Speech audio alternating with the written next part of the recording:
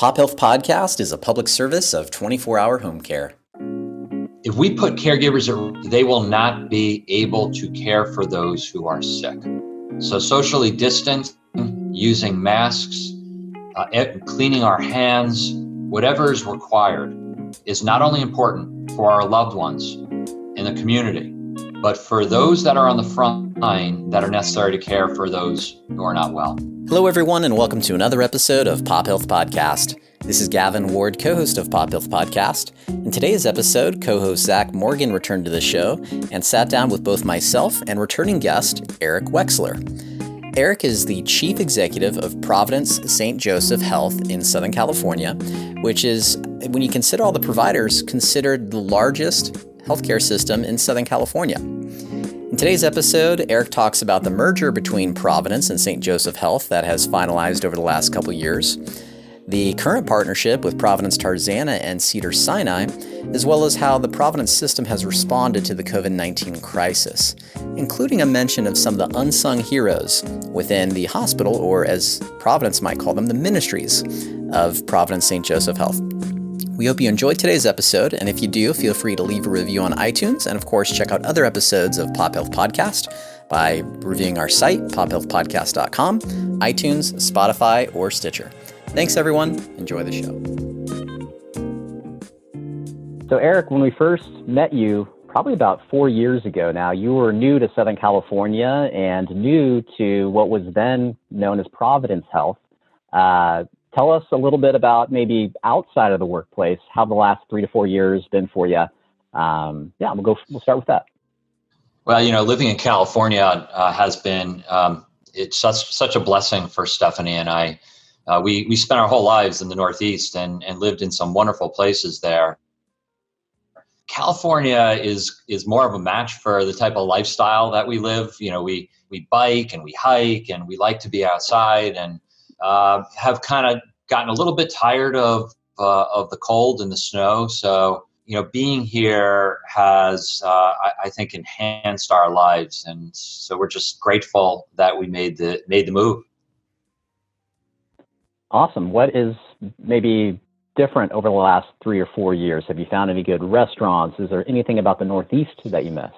The thing that I would say we miss the most about the Northeast are our loved ones that all live there, and some of our really close friends that we still keep in touch with, very regularly. Our close friends, our family, we fly back and forth and see each other. So I would say that's the thing we miss the most. Here in California, we lived for 3 years in Manhattan Beach, and then we moved to Orange County down to Newport Beach because our offices moved, and maybe we'll talk a little bit about that later. So we had a lot of time to experience some of the best restaurants in Los Angeles and in Los Angeles County. I think of Abbot Kinney, that area, that road with the shops and those amazing restaurants. Stephanie and I would often venture out there on a Sunday evening and have a wonderful dinner and, walk around a little bit. But, there's just so many parts of LA that we love. And now being here in Orange County, we're experiencing a whole new geography that offers a lot too. It's a little less congested here. So I like to say living in Orange County is a little more civilized than perhaps it is in LA. But both places are just fantastic to live and enjoy. Did you take advantage of the Orange County beaches opening up momentarily here just a couple of weeks ago? Yeah, we believe it or not, even though we live fairly close to the waterline, we don't spend a lot of time on the beaches. I do bike down there, but with them being closed, which I'm glad about. I think this is a time where some of the pleasures that we have had in our lives, putting them on hold for just a short period of time so that we can keep people safe and alive is extremely important. So we have not been down to the beach, especially since they've been closed. I think now that they're open again, I hope and pray that people will practice good social distancing. Yeah, good point, Erik. So before we jump into what's happening at Providence St. Joseph's Health, got to ask about sports. So you've been here about 4 years now. Any developments or affinity for sports teams out here, or are you still back in the old ways? Well, living in so many places over the past 30 years, you wind up having an affinity for a number of teams, and that then unfortunately presents conflict when there are playoff games, and so, or even beyond that. Living in Boston, if you were not a Red Sox fan, then you would get beat up. So, just had to be a Red Sox fan, had to be a Celtics fan, and that was all good, and still keep an eye on them. Probably maybe more the Patriots than anybody. But to be honest, I've really fallen in love with the Clippers in LA. I think that team has a great spirit. I've gone to a good number of their games with a colleague and a friend, and we've really enjoyed watching them, and they are such they're how they interact as a team, and it reminds me of the importance of the work that I do, and how I find that team they work together in a way that shows appreciation and love for one another. And I often like to speak about how I need to lead with love, and others need to lead with love. It brings the right type of compassion and inspiration. And I find that actually with the Clippers, the Ravens, the Patriots and the Celtics and so on. But being here in LA, the Clippers have really pulled me in. Awesome. It's great to hear. I'm glad. As a lifelong Lakers fan, I won't hold that against you. But it is good to hear that someone has caught your heart there. Yeah, nothing the matter with the Lakers, nothing the matter with the Rams, and so on and so forth. But look, I could go through every team for you, so I won't do that. I'll just stick with the ones that are top of mind.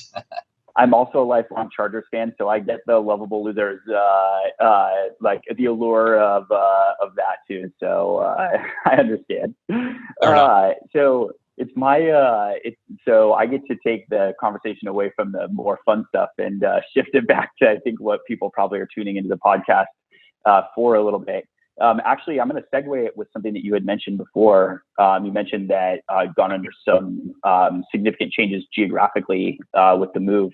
Can you expand just a little bit on that and the offices have moved? How has that changed inside Providence? Yeah, sure. So 4 years ago, a little bit more than 4 years, about 4 years ago, Providence Health and Services and St. Joseph Health came together.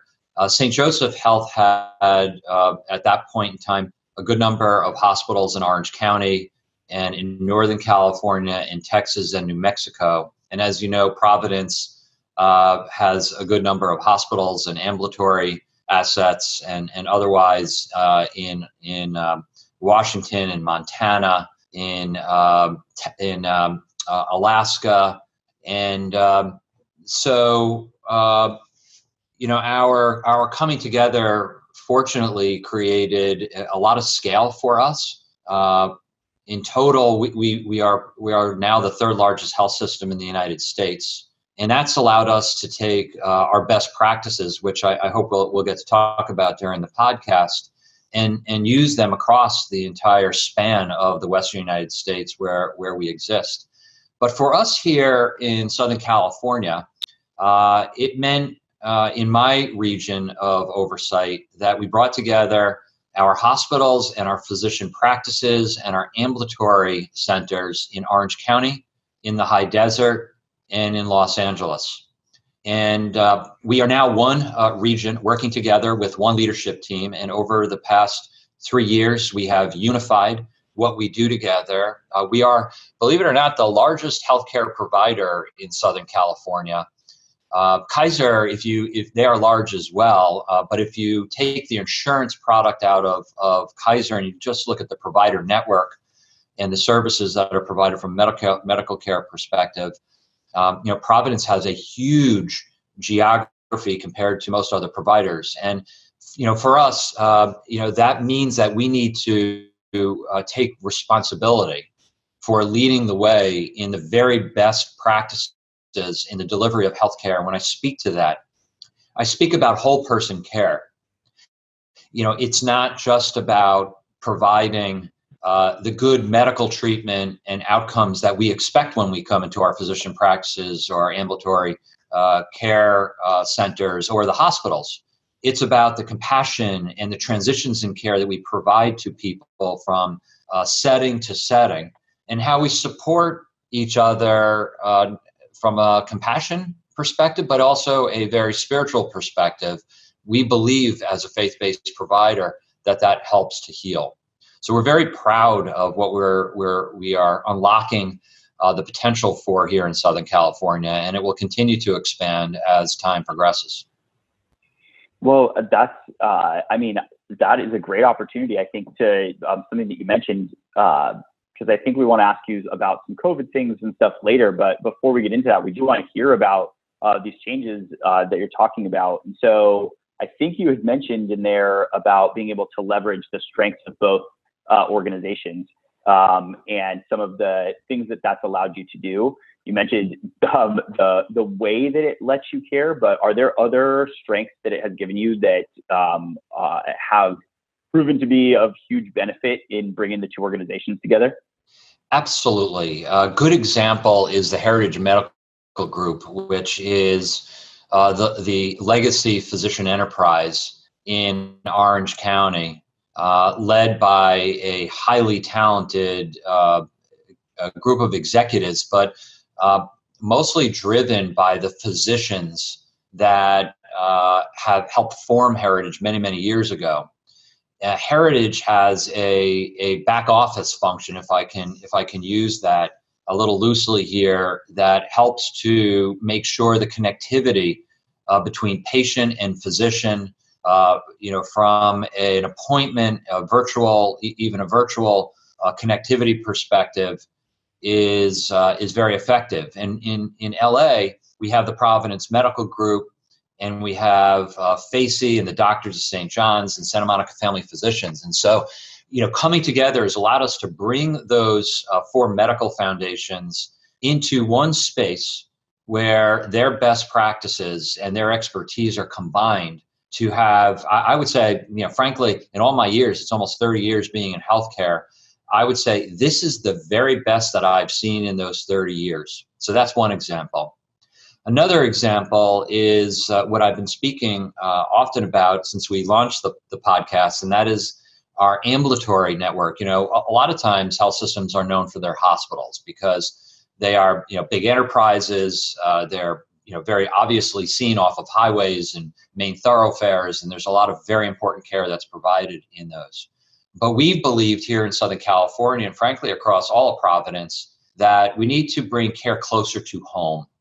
And so, between what St. Joseph Health and Providence had in those ambulatory centers outside in our communities, and I think of things like Express Care, which we are growing, or Wexler, which we are, a partner with others in, or our ambulatory surgery centers, that these types of programs that we are now aligning these services and allowing for patients to be able to access them very smoothly anywhere in the geography across Southern California, that is an enhancement. And that makes it easier for people to seek care in what we all know in the United States can be difficult at times.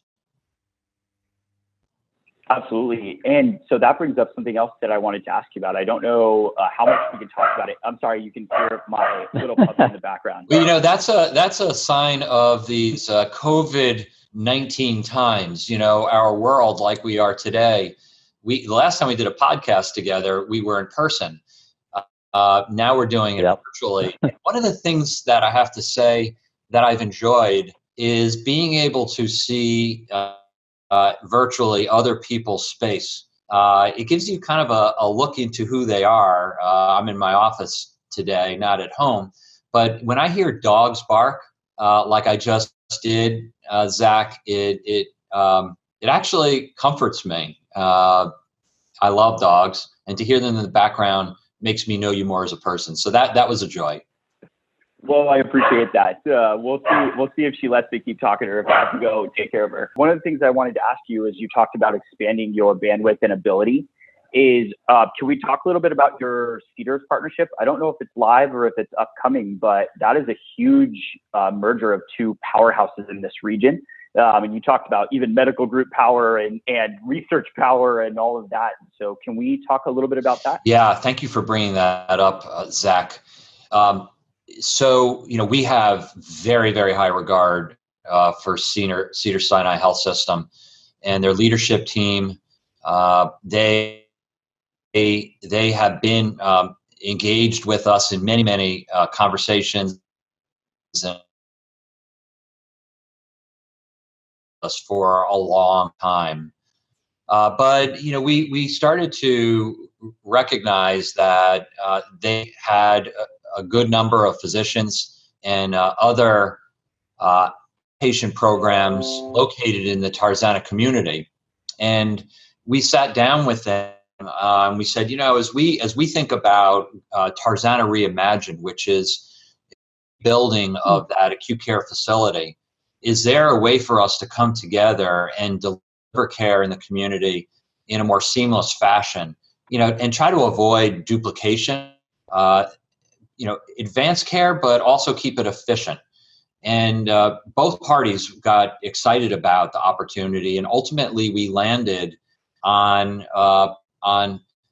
partnering at Tarzana Medical Center in a way that brought us together with a new governance board with Cedars-Sinai help to fund the construction of the new and improved facility there, and for us to work together collaboratively on our outpatient programs where appropriate.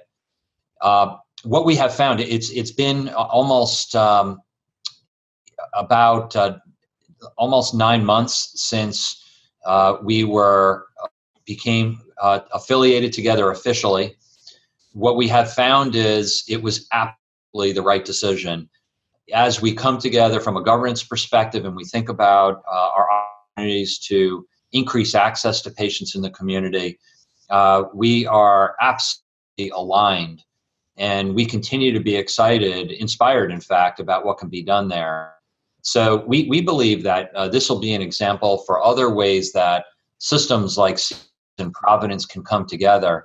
Two faith-based organizations, one of the Jewish faith and one of the Catholic faith, and there's a lot of commonalities there, but come together and advance care for our community.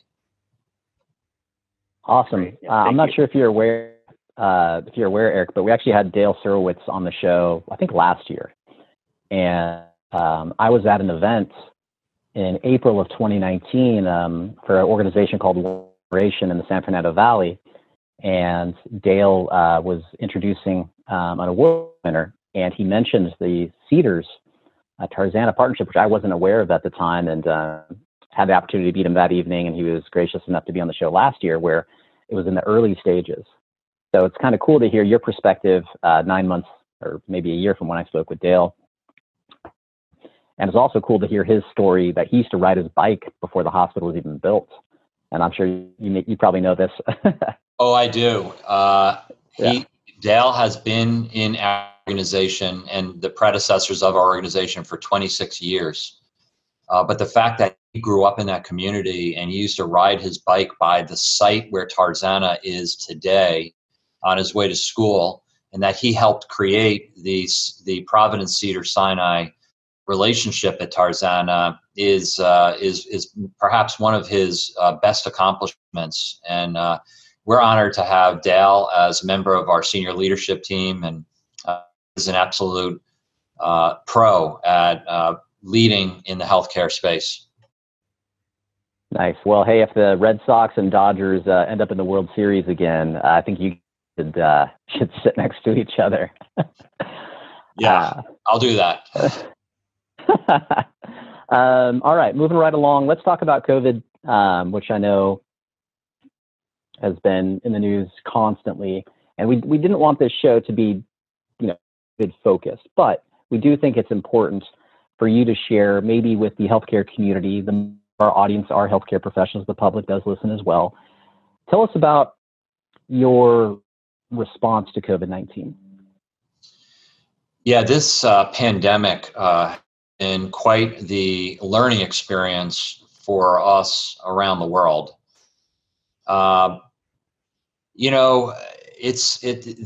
Unfortunately, nothing is ever perfect. And so, when I speak to learning, I think that coming out of this, we have to make changes going forward. We have to understand when we begin to experience the threat of a virus or an illness that can spread quickly, that perhaps one of the most important things for us to make sure is in place is testing.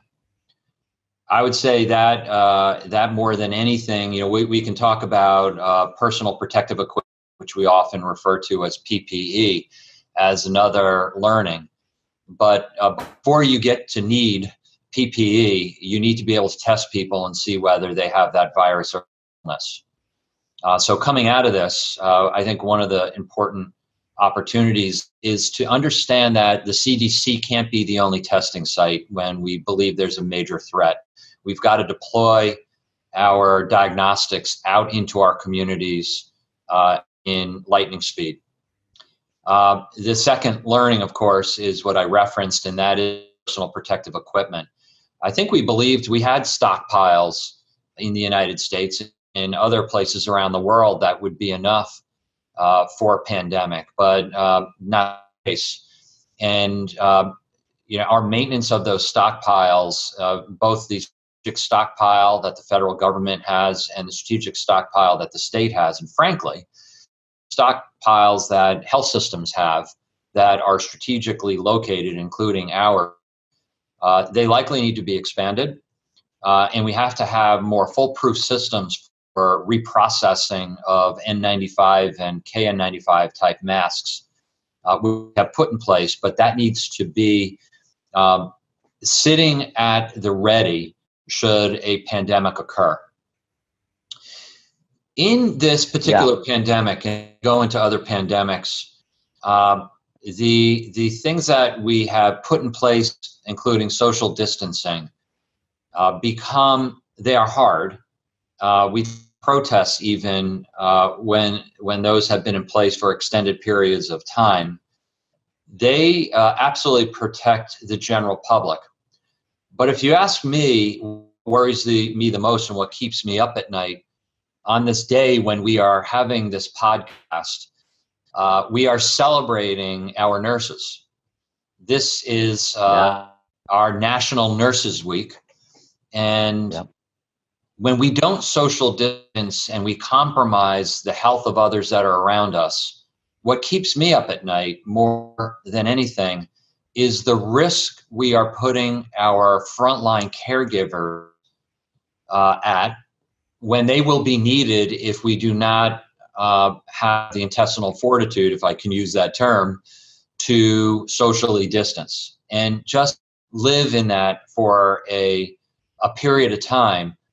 If we put caregivers at risk, they will not be able to care for those who are sick.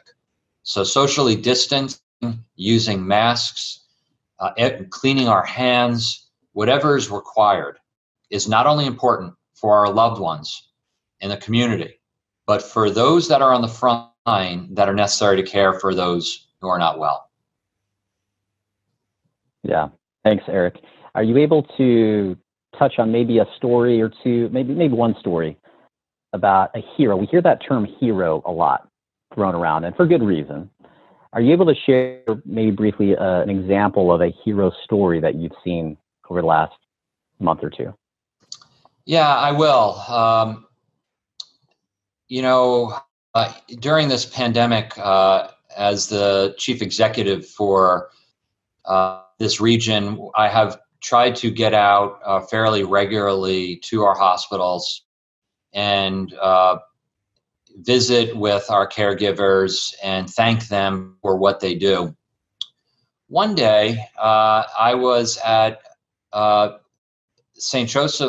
Holy Cross Hospital in Mission Hills, and I was on our COVID-19 unit, and I was walking past a patient room that looked like it was torn apart. I wasn't exactly sure what was happening there because everything just seemed to be kind of in disarray in that room. Obviously, there was no patient in that room, but everything seemed to be in disarray. And there were two environmental service aides that were standing outside of the room. One was a supervisor and one was another EVS caregiver.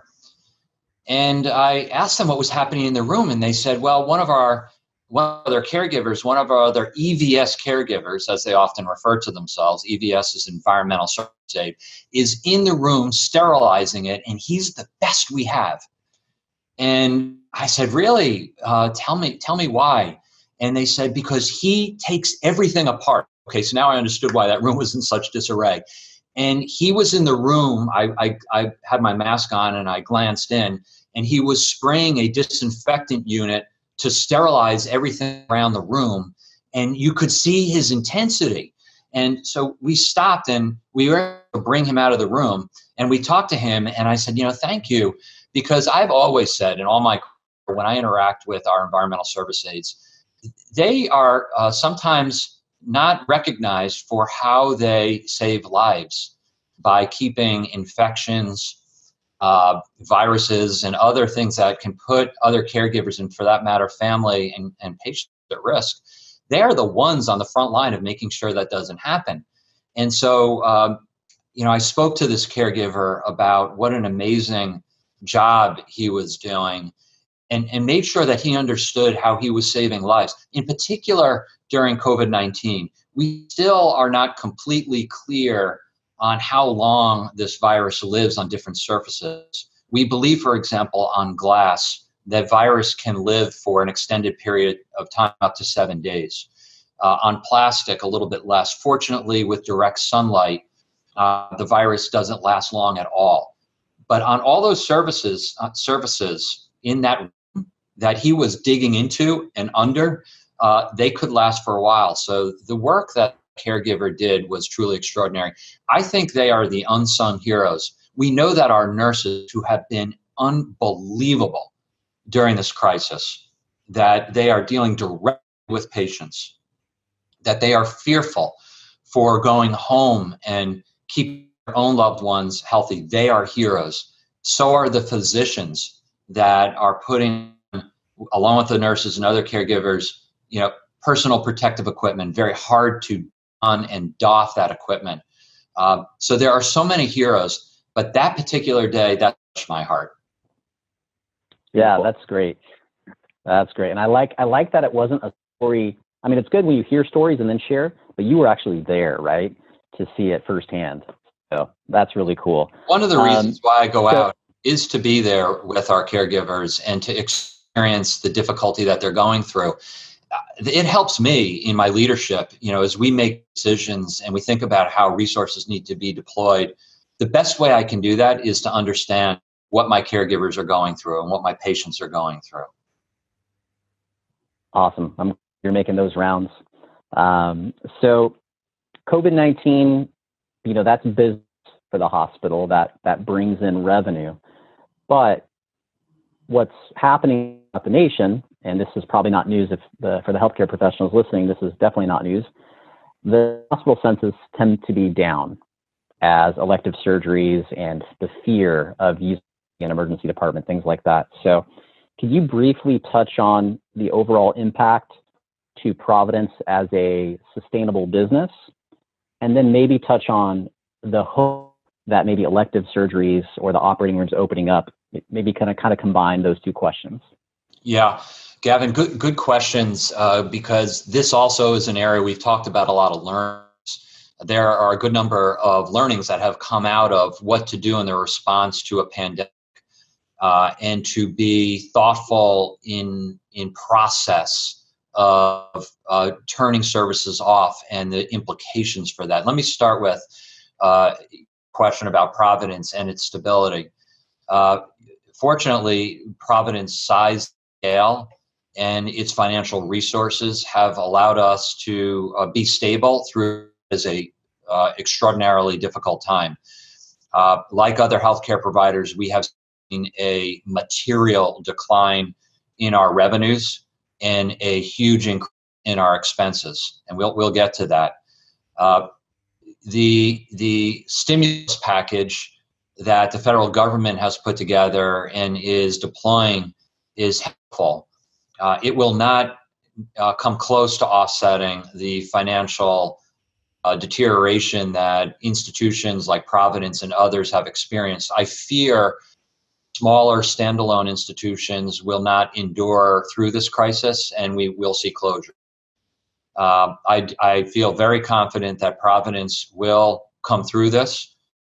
In some ways, we may be stronger on the far end of this, but we are certainly feeling the stress and strain and having to make some hard decisions for furloughing our caregivers, in structuring things in a way that allow us to be even more efficient so that we can come through this effectively. So Providence will do well. But let's get to the question about what happens in a pandemic like this as we make these declarations, which I think all of us believed was the right thing to do, and that was to stop doing what has been called elective surgeries. So we should not be calling it elective surgery. We think that surgeries that come into the hospital and are done in one day and people go home, that those are not necessarily urgent or essential. We have called those elective. And so when we went into this pandemic, a lot of states and even the federal government and frankly health systems turned off or suggested that quote unquote elective surgery should stop. And what that wound up being was almost all of our outpatient surgeries. Only surgeries we continued to do were emergency surgeries where patients remain on an inpatient basis. There were still some outpatient surgeries. As a healthcare provider, I think we in the United States have to reterm these surgeries. Elective could be cosmetic type surgeries where they can wait. Maybe even knee surgery, for example. I have a meniscus that I think needs to be corrected. I'm walking fine. I don't run as well, but that can wait, for weeks and even months. But there are a lot of surgeries that are essential surgeries, tumor excisions, for example.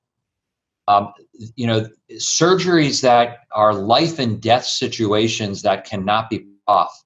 And when we went into this pandemic and we said, cancel elective surgeries, many of those across the United States were canceled. Yes, that had a big revenue impact on us, but more importantly, it put people's health at risk. And I think people got nervous about coming to the hospital and getting COVID-19. Hospitals, turns out, are the safest places to be because of all the procedures and even what I talked about that our wonderful EVS colleague performs every day. And transmission of COVID-19 in hospitals is very rare. So let me go to another extent, talking about our emergency departments. There are patients that have not come to our emergency to patients that have in the past when they didn't feel well. They may have chest pain and they thought that they could tough it out at home. People have died because of that. We have an example of a patient, a lady who was having symptoms of stress at home and thought that she could endure and get better by herself. And she came days later, and it was too late for us to administer clot-busting pharmaceuticals that would have allowed her to have a lifestyle that she had before, and now she is permanently paralyzed. So we have to be very careful, and we will be the next time a pandemic occurs, and I believe it will be in our lifetimes, unfortunately, that we don't just turn the machine that is so important to providing health and safety to people off, that we compartmentalize that care. We can do that. We can do it effectively and still provide care to others. Thanks, Erik. That's a really good story. And you're the first person who, there may have been others, but you're the first person kind of helped redefine what elective surgeries should, maybe be defined as in the future. So I appreciate you sharing that. As we get close to the end of the show, I wanted to ask, while you guys are going to be okay, I'm sure you won't turn away any support for your hospitals or ministries, as you folks refer to them. In turn, how can people support Providence St. Joseph Health in Southern California? The outpouring of support that we have gotten, it's been incredible. People have arrived at our hospitals with food for caregivers. I know of a benefactor in Burbank. I hope they won't mind, but Eddie and Murphy Romano that have been leading our capital campaign for the emergency department there, that found ways of putting together protein baskets for our caregivers, and those protein baskets were brought to inpatient units in our emergency department. People on breaks just to have a little nosh of something to give them energy. We have also had many donors, including one give $100,000 to support bringing either equipment or supplies that are needed so that we can surge during the crisis. We had a strategy and we implemented it to be able to surge 40% above our 100% capacity, so that each of our hospitals could have 140% of capacity for our most severely ill patients in our ICUs and on our monitored units. So Arnold Schwarzenegger, our former governor, recently gave 10,000 N95 masks to Providence St. Joseph to use those across our ministries and provide those masks to those that are caring for patients with COVID-19. Right now, in answer to how the community can support us, I think restore your confidence, I would say, community, that hospitals in California and beyond, not just Providence, have a public service announcement that's running right now that Providence Dignity, Cedars-Sinai, UCLA, USC, that we have come together in this public service announcement to try to restore confidence in our communities that if you need care, come to the hospital. I think that's the most important thing right now, Gavin and Zach, that if our community could support us, it would be in knowing that we are a safe place to receive care. Two reasons for it. One, and first and foremost, is for our patients in the community to take care of themselves so they don't put their lives at risk. But also to begin to get health systems, our physician offices, our ambulatory care centers back up and running in their full fashion, so that our caregivers can get back to work, so that we can continue to keep the health system healthy and safe and functioning well. That would be the most important thing. Have confidence that we are doing this and we're doing it well for you. We would never put our patients at risk. Fantastic. Thank you so much. I know that it's been busy. We talked about it earlier. You are the lucky ones that has a place to go and work. You got to see our home offices and hear some of our home work companions. I appreciate you being nimble through that. But this. I'm back. I think Gavin. I think Gavin mentioned earlier, and I really liked the way that he put it. That the COVID stuff is not the point of this podcast, and it's not what we want the podcast to be about. But it's such a relevant topic and something that is important for people to hear. And not only that, it's important for people to hear that our leadership is calm and confident. And more than anything, I think that came across today. And it was a pleasure having you on again, Erik. Thanks again for sitting down with us. You joined a special group of repeat guest that isn't very long. The list isn't very long. So thanks a lot for your time today. Thank you. You guys hear me? We can. Eric?